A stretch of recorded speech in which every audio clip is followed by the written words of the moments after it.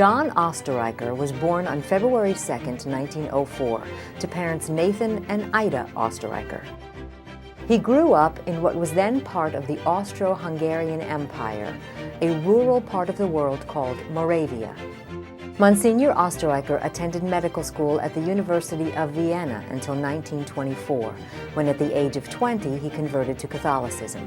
Only 3 years later, he began to dedicate much of his early life to the priesthood, where he began combating the Nazis through radio and print. He had radio broadcasts, and he published a book in which he maintained the way the Nazis were fighting against the Jews was just a preparation for the attack that they would make on the Catholic and Protestant churches after the war. Once the Nazis tightened their grip on Eastern Europe, Monsignor Osterreicher was forced to flee west via Switzerland, France, and Spain to Portugal. Although he escaped with his life, he lost something irreplaceable. Monsignor Osterreicher lost both his parents. They were taken into concentration camp Theresienstadt, and then his father died there of disease. His mother was taken to Auschwitz, where she perished. Monsignor Osterreicher continued to broadcast against the Nazis while on the run in Western Europe. He did so until he was forced to flee once again in November of 1940, this time to the United States. After he reached America,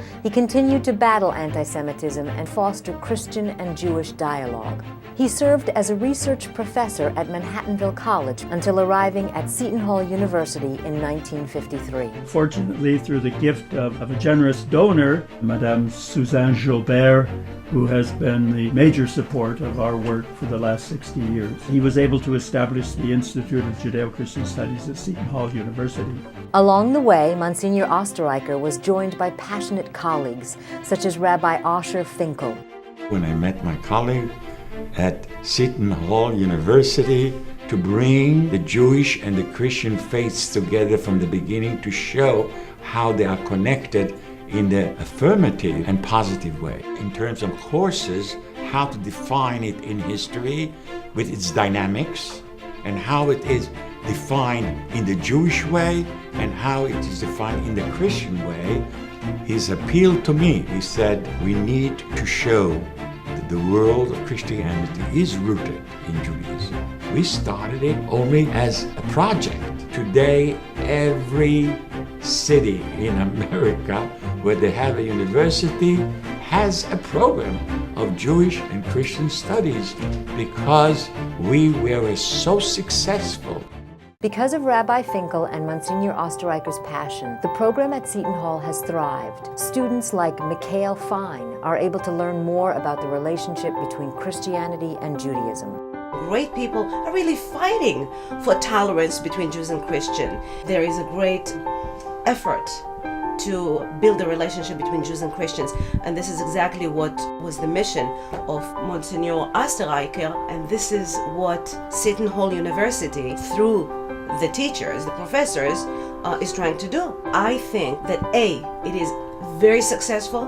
I think that the effort that those professors are making is immeasurable and so needed, because there is tension between Jews and Christians and others. There is anti-Semitism. There is a need for more education. Along with creating a groundbreaking program at Seton Hall, Monsignor Osterreicher served the global community when he was asked to join the Second Vatican Council.